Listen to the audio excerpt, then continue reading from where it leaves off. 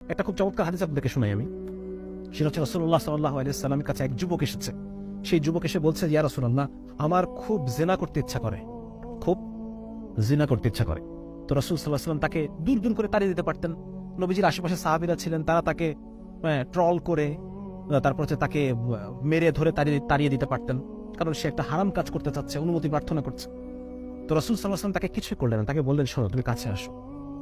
উনি বললেন যে, তুমি কি এটা পছন্দ করো যে তোমার মায়ের সাথে জিনা করা হোক? তখন সেই ছেলেটা বললো যে, না, এটা কিভাবে হবে, কখনো এটা হতে পারে না। তখন বলছে, তাহলে অন্য কেউ তো পছন্দ করে না যে তার মায়ের সাথে জিনা করা হোক। তার মানে এভাবে রাসূল সাল্লাল্লাহু আলাইহি ওয়াসাল্লাম পরে মা, বোন, খালা, ফুপু, বলে যে তুমি কি চাও যে তোমার ফুপুর সাথে জিনা করা হোক? সে বলছে, কখন না, এটা হতে পারে না। তখন নবীজি বলছেন, তাহলে অন্য কেউ তো চায় না যে তার ফুপুর সাথে জিনা করা হোক, অন্য কেউ তো চায় না যে তার মেয়ের সাথে করা হোক, অন্য কেউ তো চায় না যে তার মায়ের সাথে করা হোক, অন্য কেউ তো চায় না যে তার বোনের সাথে করা হোক, ঠিক যেরকম তুমি চাও না। তাহলে আজকে যে মেয়েটাকে পর্নোগ্রাফির মধ্যে যে মেয়েটাকে দেখে আপনি একটা ফিলিংস নিচ্ছেন, ঠিক আছে না, আপনি তো চান না যে আপনার বোনকে দেখে কেউ এরকম ফিলিংস নিক।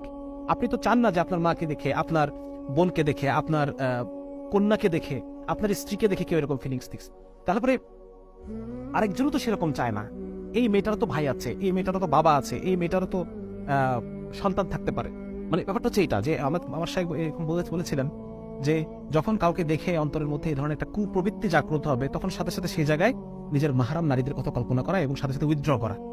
কারণ আমাদের মাহরাম নারীদের এরকম আমরা দেখতে চাই না, কারো ভোগের পাত্রী হিসেবে আমরা দেখতে চাই না। আমার মাহরাম নারীদেরকে আমি অনাবৃত অবস্থায় এভাবে দেখতে চাই না। চাই না যে অন্য কোনো পুরুষ তাদেরকে এভাবে তাদেরকে পণ্যের মতো ব্যবহার করুক, তাদের সাথে এরকম বেইজ্জতের সাথে তাদের সাথে আচরণ করুক। আমরা এটা চাই না। আমরা এটা স্বাভাবিকভাবে আমরা এটাকে রিপালস করি, আমরা এটা বিকর্ষণ করি। তো ঠিক একই রকম ভাবে এটা চিন্তা করা যে কত শত বোনের চোখের পানি আছে এখানে, কত মায়ের চোখের পানি আছে এখানে, কত মায়ের কত কন্যার চোখের পানি আছে এই পর্ন ইন্ডাস্ট্রির পিছনে। এই বিষয়টা যদি একটু চিন্তা করা যায়, তখন আপনারা এটাকে ঘৃণা করতে শিখবেন।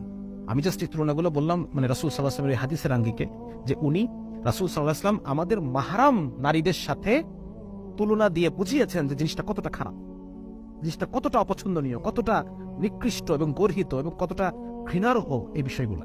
তো যার কারণে এইভাবে আমরা ঘৃণাটা তৈরি করতে পারি, ঠিক যেভাবে রাসূল সাল্লাল্লাহু আলাইহি ওয়াসাল্লাম ওই যুবকের অন্তরে মাহরাম নারীর সাথে তুলনা দিয়ে ঘৃণা তৈরি করে দিয়েছেন, এবং ওই যুবকের কলবের মধ্যে রাসূল সাল্লাল্লাহু আলাইহি ওয়াসাল্লাম হাত দিয়ে দোয়া করে দিয়েছেন যে আল্লাহ, একে আপনি এর কলবকে আল্লাহুম্মা তাহির কলবাহু, যে আল্লাহ তাআলা আপনি তার কলবকে পবিত্র করে দেন। ওয়াহাসসিন ফারজাহু, তার লজ্জাস্থানকে আপনি সুরক্ষা, কি বলা যায় এটাকে, সুরক্ষা বুহ তৈরি করে দেন। তো এটা রাসূল সাল্লাল্লাহু আলাইহি ওয়াসাল্লাম তার কাছে দোয়া করে দিয়েছেন। এবং তারপরে হাদিসের পরের অংশ, যে এরপর সেই যুবকের কাছে জিনার চেয়ে খারাপ আর কোনো কিছু ছিল না। তার মানে রাসূল সাল্লাল্লাহু আলাইহি ওয়াসাল্লাম দেখেন মাহরাম নারীর সাথে তুলনা দিয়ে তার অন্তরে জিনার প্রতি ঘৃণা তৈরি করে দিয়েছেন। তো ঠিক একই রকম ভাবে আমাদেরকে এই পর্নোগ্রাফির প্রতি ঘৃণা তৈরি করতে হবে, কঠিন ঘৃণা তৈরি করতে হবে। কারণ এটা সমাজকে এই পরিমাণ নষ্ট করছে।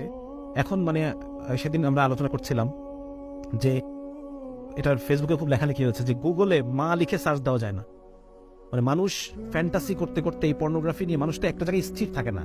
একটা জিনিসের যখন একটা নির্দিষ্ট পরিমাণ ডোপামিন হরমোন মাথায় আসে, নির্দিষ্ট পরিমাণ মজা লাগে, তো এই নির্দিষ্ট পরিমাণ মজা নেওয়ার জন্য পরবর্তীতে আরো বিকৃত, আরো গর্হিত, আরো নৃশংস জিনিসের দিকে যেতে হয়। এত খারাপ সেটা ভাষায় প্রকাশ করা সম্ভব। এদিকে না গেলে পরে সে তার ওই পরিমাণ মজা আর লাগবে না।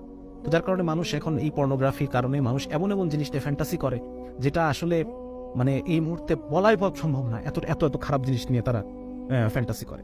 তো যার কারণে এই বিষয়টার প্রতি ঘৃণা তৈরি করতে হবে, যে এটা কিভাবে, এটা কেন, আমি কেন এটা দেখতেছি, ছি, আমি এই পরিমাণ আমি নিচে নেমে গেছি।